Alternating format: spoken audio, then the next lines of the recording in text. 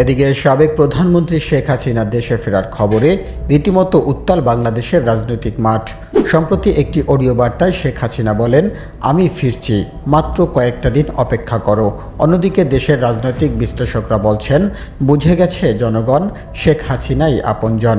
বঙ্গবন্ধু কন্যার ফেরার খবরে ঢাকা, চট্টগ্রাম, কুমিল্লা, খুলনা, বরিশাল, মাদারীপুর, ফরিদপুর, কুড়িগ্রাম থেকে শুরু করে দেশের সকল বিশ্ববিদ্যালয়, আদালত চত্বর, গ্রামগঞ্জ, এক কথায় টেকনাফ থেকে তেতুলিয়া, রূপসা থেকে পাথুরিয়া, দেশের শ্রেণী পেশার সকল মানুষ একজোট হয়ে রাস্তায় নামছে শুধুমাত্র শেখ হাসিনাকে ফেরানোর দাবিতে। তারা বলেন, আমরা নিজেদের কাজ নিজেরাই করে খাবো, কোনো সাহায্যের দরকার নেই, কিন্তু আমরা চাই একটি নিরাপদ জীবন, একটি উন্নত জীবনযাত্রা, আর সেটা একমাত্র শেখ হাসিনাই পারেন। তবে সূত্র বলছে, দেশের ইতিহাসে এত বেশি জনসমর্থন আওয়ামী লীগ কখনোই অর্জন করতে পারেনি, যা 5 আগস্টের পর রীতিমতো শেখ হাসিনা ছাড়া কোনো কিছুই ভাবতে পারছে না দেশের প্রায় 87% মানুষ।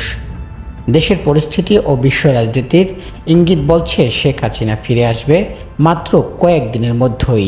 এদিকে আন্তর্জাতিক পর্যবেক্ষকরাও বাংলাদেশের রাজনৈতিক পরিস্থিতির দিকে নজর রাখছেন।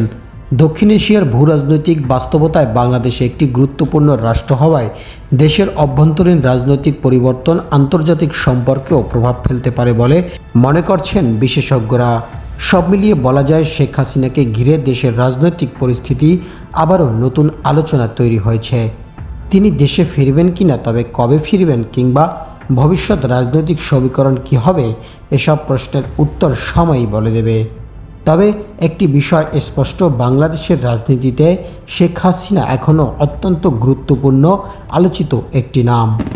তবে সূত্র বলছে, শেখ হাসিনা আগামী কয়েকদিনের মধ্যেই বাংলাদেশে প্রত্যাবর্তন ঘটাতে পারে, এবং সেটি হতে পারে ইতিহাসের সর্বকালের সেরা প্রত্যাবর্তন। অনেক বিশ্লেষকরা মনে করছেন, বঙ্গবন্ধু শেখ মুজিবুর রহমানের মতোই প্রত্যাবর্তন হতে পারে তার মেয়ে শেখ হাসিনার।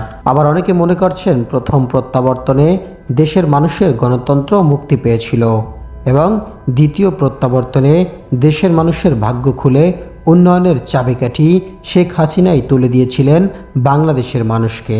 তবে প্রশ্ন হলো, এবার তৃতীয়বারের মতো প্রত্যাবর্তনে কী এমন চমক দেখাবেন সাবেক প্রধানমন্ত্রী শেখ হাসিনা?